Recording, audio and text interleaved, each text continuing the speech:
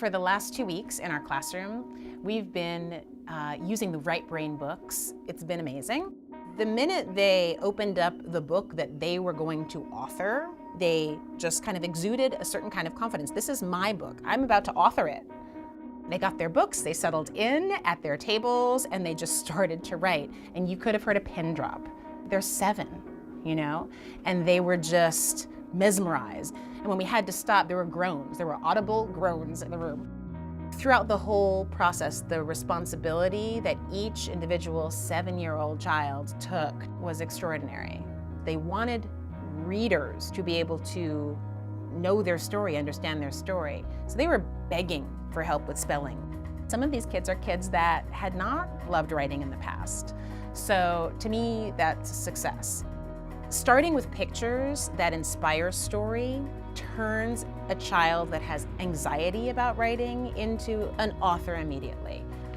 Oftentimes in school, there are right answers and wrong answers, but in BRAiN books, there are no wrong answers. There's only open-ended possibility. They were able to listen to each other's stories that were the same pictures, and they were completely open to the fact that those stories could be different.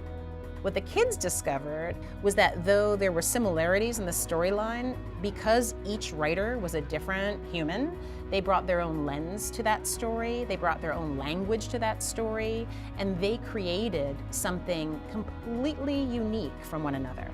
The children walk away with a deeper understanding of what it means to have perspective, to be flexible thinkers, to actually seek out and enjoy and look for perspective. I think that's invaluable. Children need to be given the opportunity to use their hands to write, and this process made them want to use their hands to write. They were completely attached to the kinesthetic relationship they were having to the pages. When it came time to share, as each child got up to speak, you could just feel the pride. Once there was a man named Fred. He owned a bunch of animals and a toy and moving paintings and also flowers of a trillion colors. One day, 7 dinosaurs were flying kites.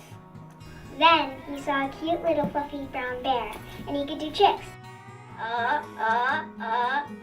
Two! Sneezed Mr. Edward. Mrs. Edward dropped her kite. Every kid was engaged fully. It was really, really exciting. They were so dear. I mean, there were kids that really felt that their books were teaching tools. There was one little boy that said, you know, I want to give my book to my little brother and sister because there's so many things to learn in my story. The parents were blown away. They loved it. Their children feel like writers. Their children are writers. The final step of the process is so exciting to think about. The children get to have their very own hardcover version of their own story. It can sit on the shelf next to the Velveteen Rabbit, and they can pull it off before bed at night and read it out loud to the sibling they dedicated it to. If you offered them tomorrow the opportunity to work on another BRAiN book or play a computer game, I believe the vast majority of kids in this room would choose a BRAiN book. And I see that as kind of miraculous.